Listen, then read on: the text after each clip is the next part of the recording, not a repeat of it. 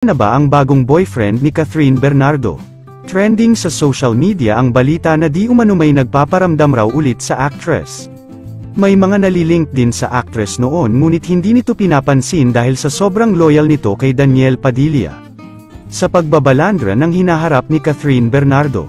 Pinagkaguluhan nga ito dahil sa unang pagkakataon nagbahagi ng cleavage si Catherine sa social media. Kasabay ng balitang breakup ni Catherine Bernardo at Daniel Padilla.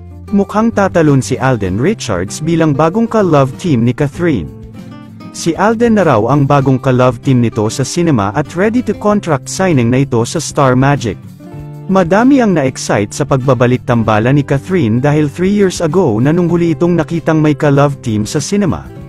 Ang tanong ng bayan, sino ang bagong napapabalitang boyfriend o manliligaw ng actress na si Catherine Bernardo? Ayon sa kumakalat na balita, isang Canadian boy or Italian boy ang nanliligaw sa actress ngayon.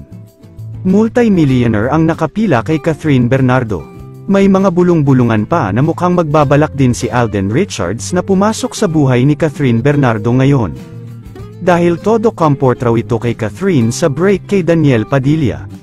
Isa pa sa nakakagulintang na balita ay ang palaging lasing ni Daniel Padilla nito na nakalipas na ilang araw. Palagi raw nagyayaya ang aktor sa non-showbiz friends nito na mag-bar sa piling mga tao upang mag-inom at makalimot sa mga problema nito. Tinanggal na rin kasi si Daniel Padilla bilang ambassador ng KFC fast food restaurant. Anya sa source, unti-unti nang nagpapa-refund ang mga bigating endorsements kay Daniel dahil sa kinakaharap na issue nito sa pag-boycott ng tao dito. Ngayon walang paramdam ang aktor sa media at focus muna sa pag-heal sa nangyaring breakup kay Catherine.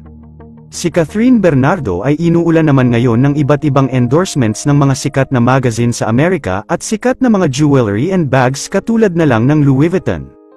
Ilang araw pa lang ang nakalipas ng hiwalayan ng dalawa. Sana raw ay makita na ni Catherine Bernardo ang magdadala sa kanya sa altar at makakasama siya habang buhay.